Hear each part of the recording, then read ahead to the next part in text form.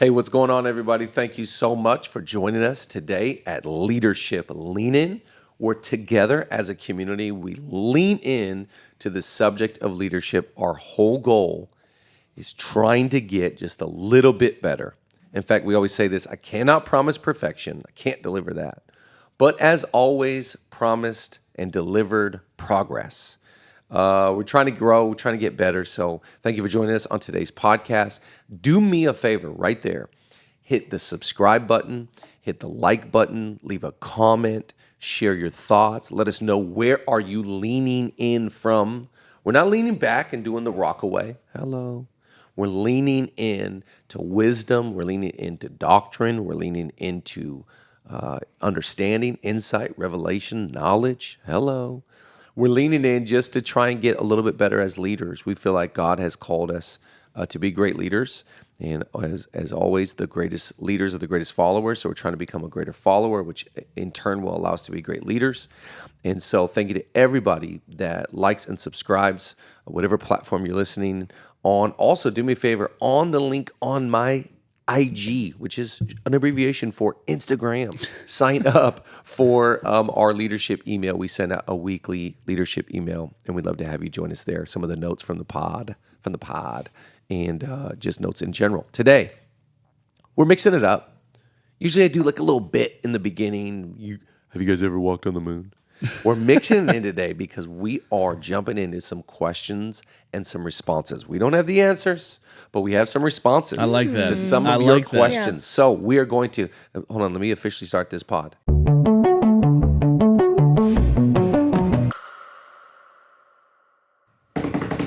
We are off to the races, and Tweedledee and Tweedle April are here to encourage us. I appreciate that you didn't say Tweedledum. Yeah, that would be just like a weird thing to do. I don't like old weird guys that are like, they're look weird. what the cat drug in. It's like, oh, that's your attempt at honoring my presence. I love it. Should we jump in? That's exactly. Yeah. Oh, April's on fire today already. It just seemed like okay. I'll do the first question. I didn't know who was doing it first. That's okay. Why. Let's go. I was prompting Nate to do it, but that's fine. Questions and responses. Here we go. Okay. We love the team at Overflow, and they've been innovating the game of giving, the experience of fundraising and donations at such a fast and incredibly high pace. If you want to empower your people to give just like that, head on over to overflow.co/LLI to book a demo and get connected with our team right away. Questions and responses. Here we go. Okay. When is it appropriate to speak up in a leadership position when things are going the wrong direction? I don't know exactly the context. Yeah. Well, I don't know the exact context either, but I will say it's always, our value is if you see something, say something. Yeah. And we can't get better unless someone leads up. I think that's the thing about being secure and confident in your leadership, is understanding that I haven't been allowed just to lead those that are under me or those that are alongside of me. But I think a great leader also knows how to lead up or report up. Hey, because I care about you and I care about the organization, I got to say something about so-and-so. I got to say something about this situation. So when is it appropriate? It's always appropriate. Great. It's always appropriate if you can't handle it. I've tried to handle this. I've talked to them. That's good. They don't seem to be changing. This doesn't seem to be changing. Can I speak to you about this? I want to bring this and put it on your radar. Maybe you can help me in this scenario. I have found that if anybody does anything wrong in leadership, it's that they don't. You know the saying, the king has no clothes? Yeah. Yeah. How do we get this saying? Is because no one's willing to say, hey, something's wrong with you. Or even something's wrong in the atmosphere. So I always appreciate when someone's like, hey, I think you should get a coffee with so-and-so. Yeah. How come? They're the best.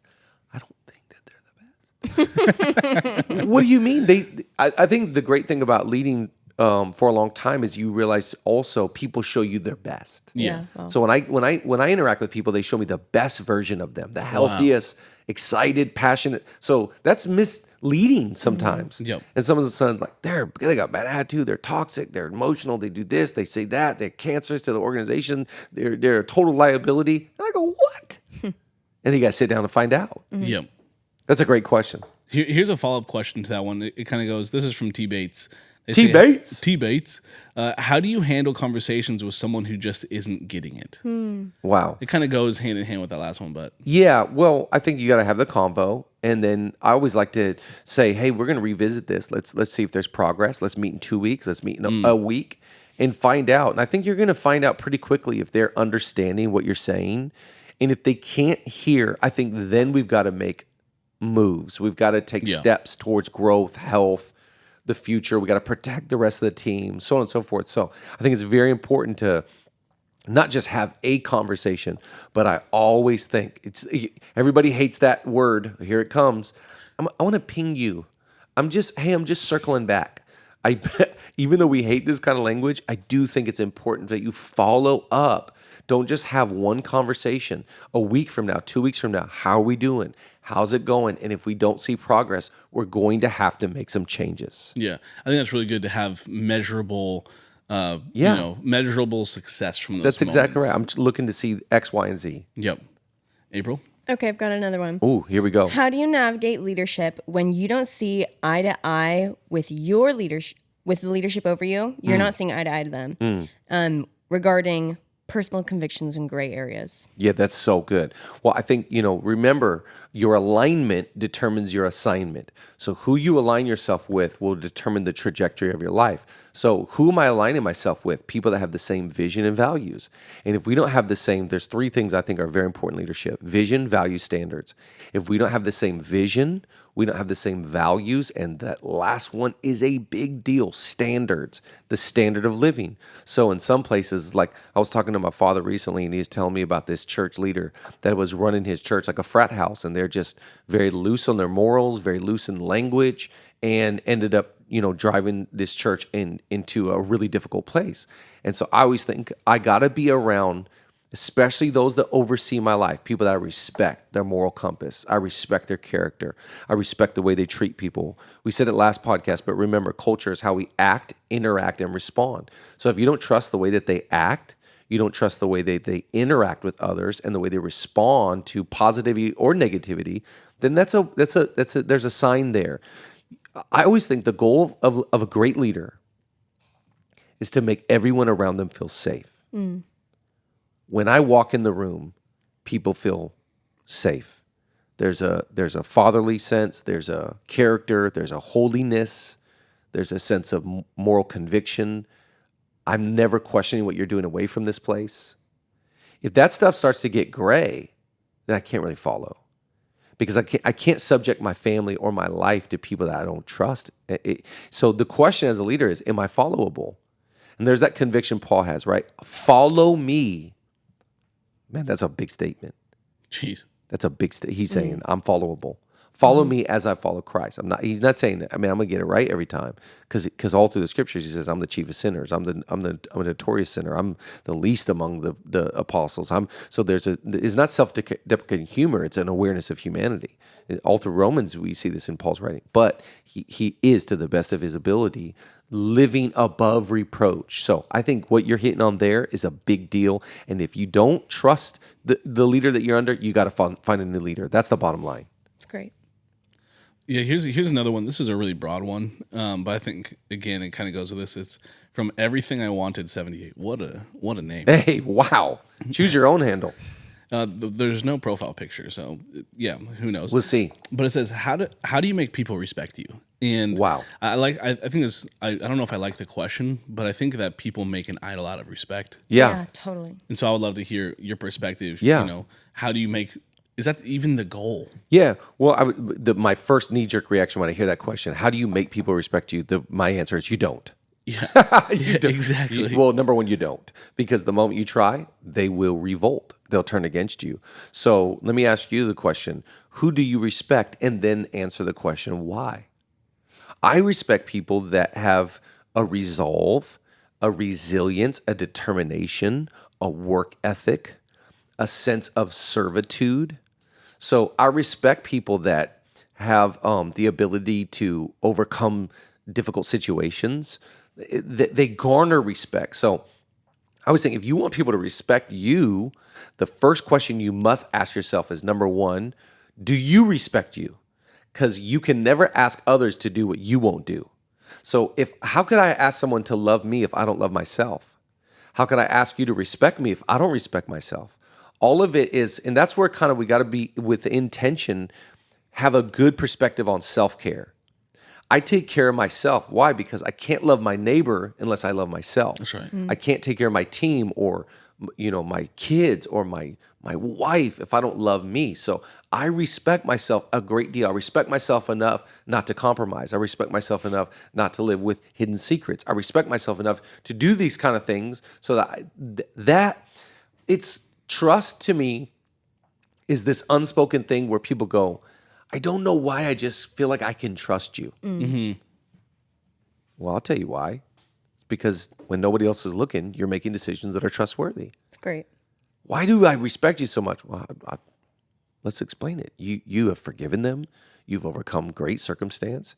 You've gone through hell on earth, and yet you're still smiling. Of course people can respect you because you have, in the shadows, when no one else is looking, made decisions that garner respect, garner trust. So I think it's never about who you are in public that gives you this kind of authority. It's your private life that creates this nuance, this fragrance, this aura. I'm going to use my favorite word when it comes to leadership. This moxie that allows people to go, wow, I respect that guy. I respect her. Why? It's nothing about the public life. You can sense it in the public, but it's who they are in the private. Do you think like a trap of a young leader is they think that the position is entitled to respect, and so they kind of lead going like, okay, I got the new position. I'm a youth pastor now, or I got a promotion, so now you have to respect me. I think that's like that. I think that's part of a trap. But then I think we see this like all the time. I've definitely done this before with my children. I go, fear is the same thing as respect. So if you fear me, then you respect me. Yes. But I don't know if those two things are they correlate together. If that makes sense. If you're afraid of me, sure you might respect my power or authority, but you don't respect me. Yeah, me as a person. Yeah, me as a person. Yeah, and I think that there's a tension there, right? Because what you're kind of flirting with there is authority, and I think we have to be very careful with our authority. We can't abuse our authority. We can't, and if you leverage that too much, then you're just a fear monger. Yeah. And fear-based leadership, fear-based love never wins. Yeah. It just never does. It's who you are as a person, I think, that is the ultimate... Sustains. Yes, it's long-term gain. Exactly. Let's go to another one. Well, just regarding that, in the words of Michael Scott, what's better to be feared or to be loved? Both. I want people to be afraid of how much they love me. I literally had that. The quote fact in my that you head. pulled off that quote is sensational. Very good. Very good call. Of course. Anyway, always here for a good office quote. Over here at Leadership Lean In, we of course value time management, resource management, and sometimes you're just at a place in life, in your organization, in your leadership where you got to delegate. You have to bring other people in to help you be the best leader that you can be and help your organization achieve the things that it needs to achieve. And so when you need help, when you need assistance, Belay is the answer. They are the ones that are there for you. Our friends at Belay have the flexible staffing solutions you need to delegate the details and free yourself up to lead. So whether it's administrative, accounting, social media, Belay's exceptional US-based talent can take it right off your plate.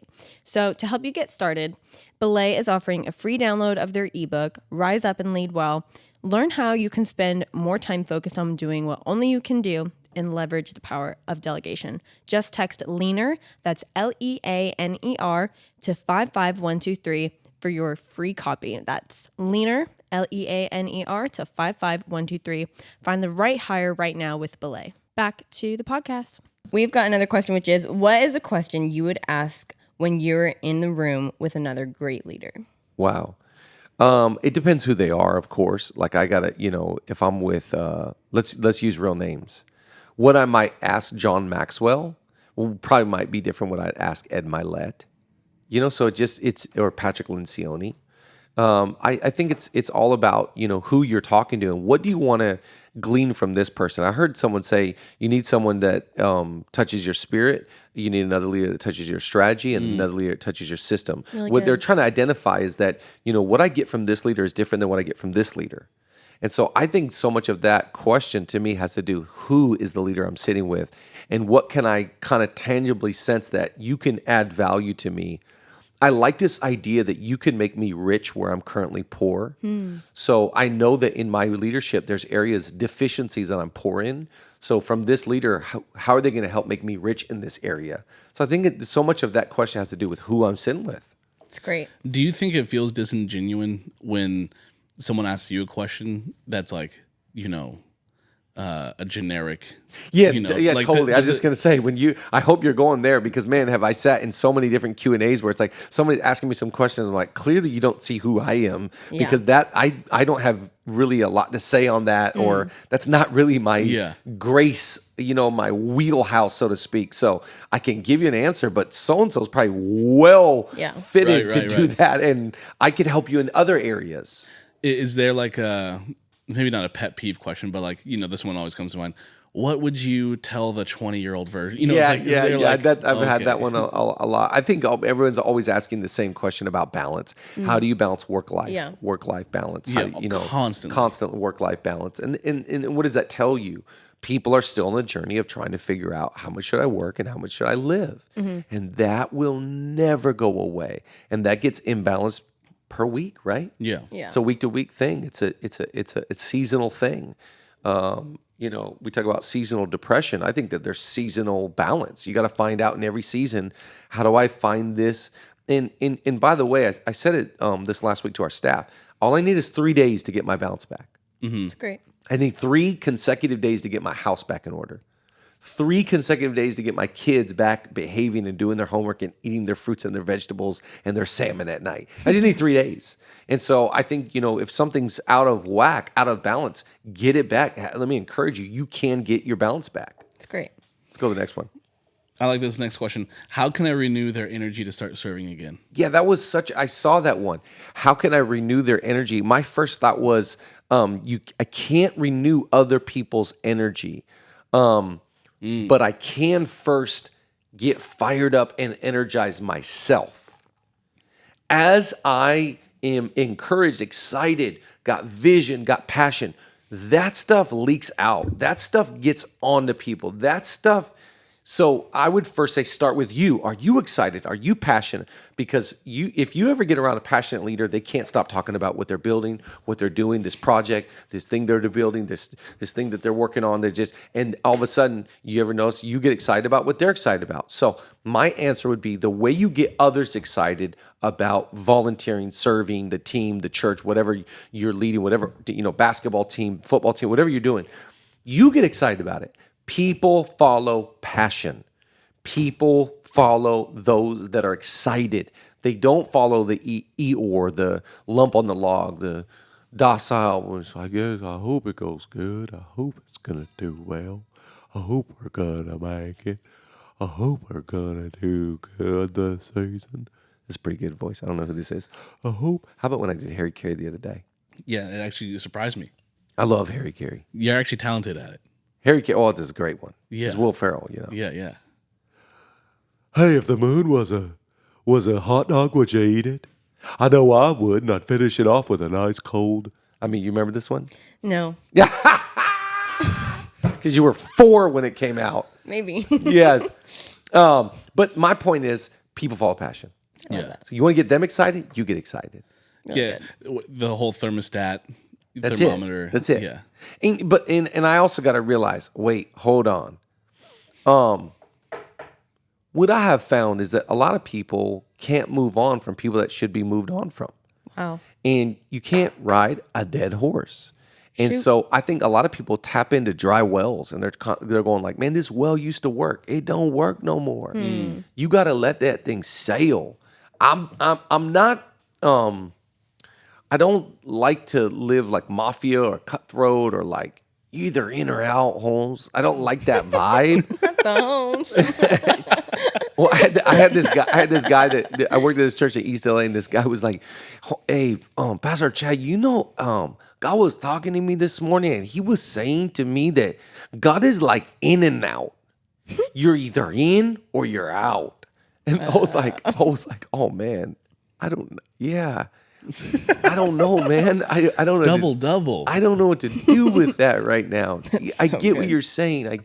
Yes, there's a lot of scripture to back that, but also he's like slow to anger and rich in love. It's like, I get what you're good. saying. He's also like, prodigals come home. So it's like, I get it. But I think that I just, I don't want to be so cutthroat. Yeah.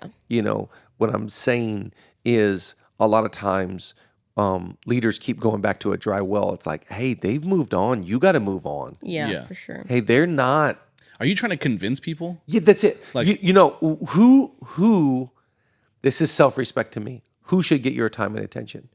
If you're not leaning into my world, why would I? Yeah. Yeah. Unless it's someone that needs the gospel. Why?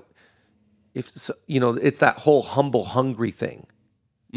Honor. Especially someone who's trying to lean out. Yeah, it's like, let them go. If you're neutral, then okay, hey, I'm not against anybody, right. but I'm really got to get my attention to the ones that are leaning in. It's an energy thing. Good. It's an energy thing. Focus it. goes where energy flows. Okay, Good. Okay, this will be our last one. let's go. And I think this is a great one. How do you know when you are a leader and not a follower? Are we all called to be leaders? Wow. First of all, yes, we're all called to be leaders to a degree, right?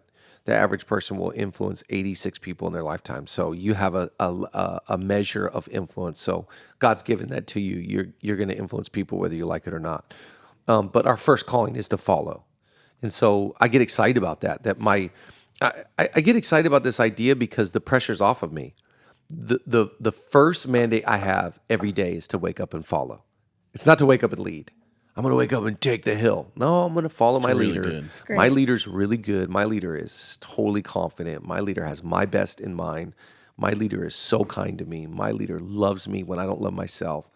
I love following. And in my following, it gives me the ability to be undercover, under authority, to go like, hey, I was thinking about this thought last night. It's so funny to me that we make so much of messengers instead of the one that sent the messenger, the message giver, or the message itself.